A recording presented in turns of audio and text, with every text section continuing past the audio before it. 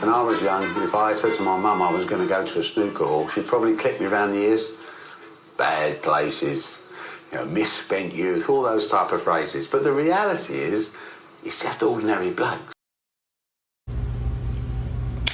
What is up, y'all? This is the Vape Samurai Mercy. So today we are going to do the unboxing for the new Smok T-Air sub-ohm tank.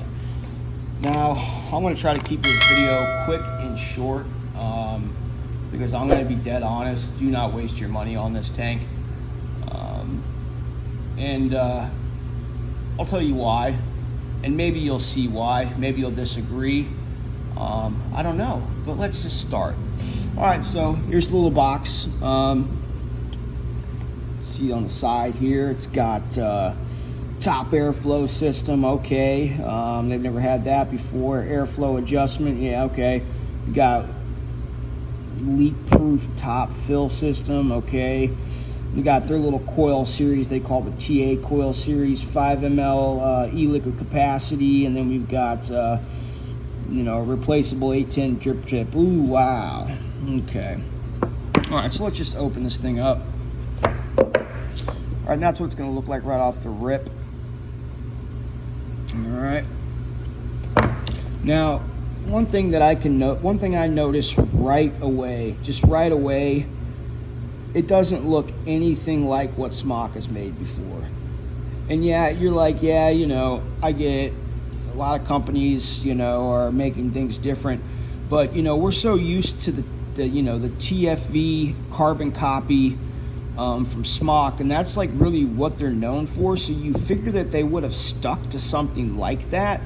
But really, when you start to take this apart, you realize that they have basically stolen everything from every other company to just make this mod. Nothing on this mod is originally theirs.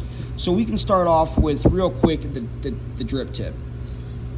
All right, so really, the TFV 18 and the 16, the TFV 18 mini, those were female tips, not easy to find. So they weren't 510, they weren't 810. So going back to the 810, that's something that they probably should have done before. Okay, and then instead of the push button flip door, which goes all the way back to the baby beast, the TFV 8, back further than that, they decide to go with, something that really came out with UL and Horizon Tech, with the Falcon and the Sakers and, I mean, come on. So I've already seen two things that we have never ever seen on a Smok tank before, that I'm seeing on different devices that I don't even see on other tanks. Okay, now the next thing is the top airflow.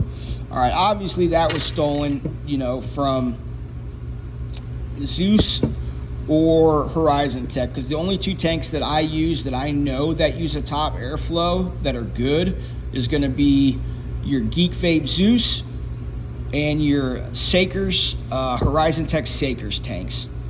Whenever has Smok ever used a top airflow ever? You know what I'm saying? Get what I'm feeling, get what I'm jiving, get what I'm throwing out. And then they got the double fill on each side. All right, so I mean, none of this is original. None of this is originally Smok's. Nothing that I've seen so far is an originally Smok's stuff. All right, so let's take this bottom piece off here. Now, the plug and play, the popping coil, most companies are doing that. So I'm not going to say anything about that. But what I will say about this, you look at the bottom with the little wings. What other tanks do that? What other tank does that? Can you think of it? Can you shout it out? Well, the Sakers tank does that. I do know that for a fact. because I use the Saker's tank. What other tanks use this? Horizon Tech tanks, even the new Aquila, yeah, whatever it is, it's an awesome tank, uses this, but it's a Horizon Tech tank, okay? It's their thing, okay? So, now you've got Smok using the little wings, the little wing inputs for their shit, and then here's their coil, their special little coil. I don't really know how awesome it is. I used it a little bit, and to be honest, I was not blown away. My hair did not blow back. It was not like a Crown 5. It was not like a Saker's moment where you're just like, holy shit, this is amazing flavor. It was nothing like that. It was like, this is dog shit. I'm super disappointed, man. Like, I'm just hella disappointed, like, for real. That's why I wanted to keep this video short, because if they had stuck, and it didn't even have to be a TFV tank. They could have done something different, because it was kind of getting towards the end where, once they made the 16, it was like, oh man, this is an awesome tank. And then they made the 18, and it was like, dude, this is pretty much the exact same thing as the 16. You had a different coil, and yeah, it hit a little bit harder. But other than that, the only difference between the two was the coil itself. So it was kind of like, all right, so I think the TFV line is done. I can't wait to see what they make for their next thing. Because, like, don't get me wrong, man, Smok was the innovators, dude. Like, they were, the trailblazers.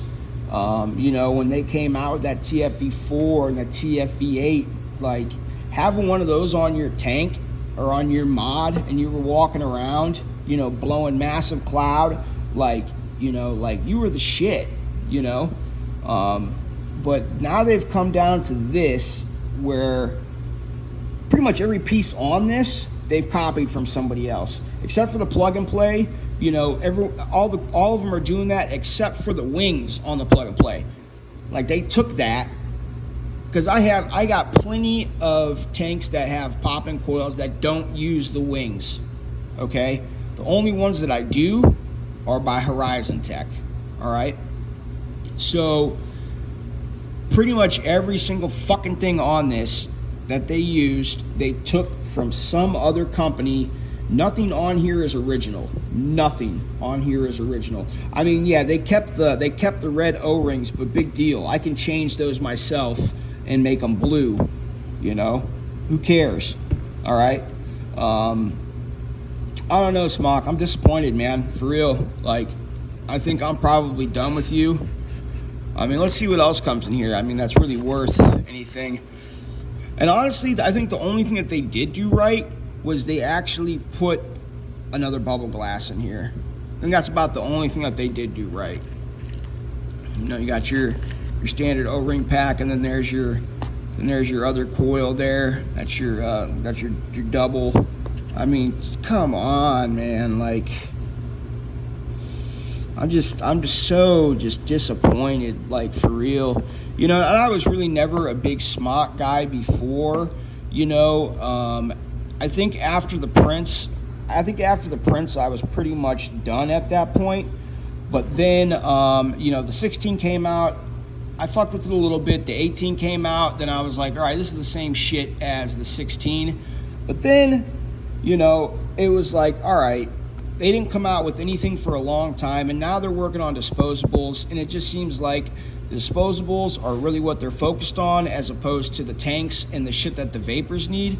So, fuck off, Smok. I'm not going to use you anymore. If you're going to make shit like this, then just work on the Novo bars, stop making shit for Vapors.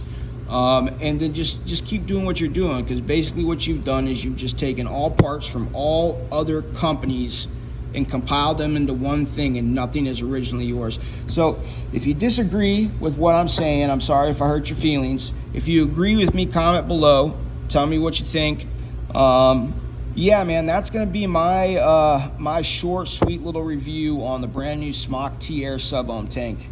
I will catch you all later.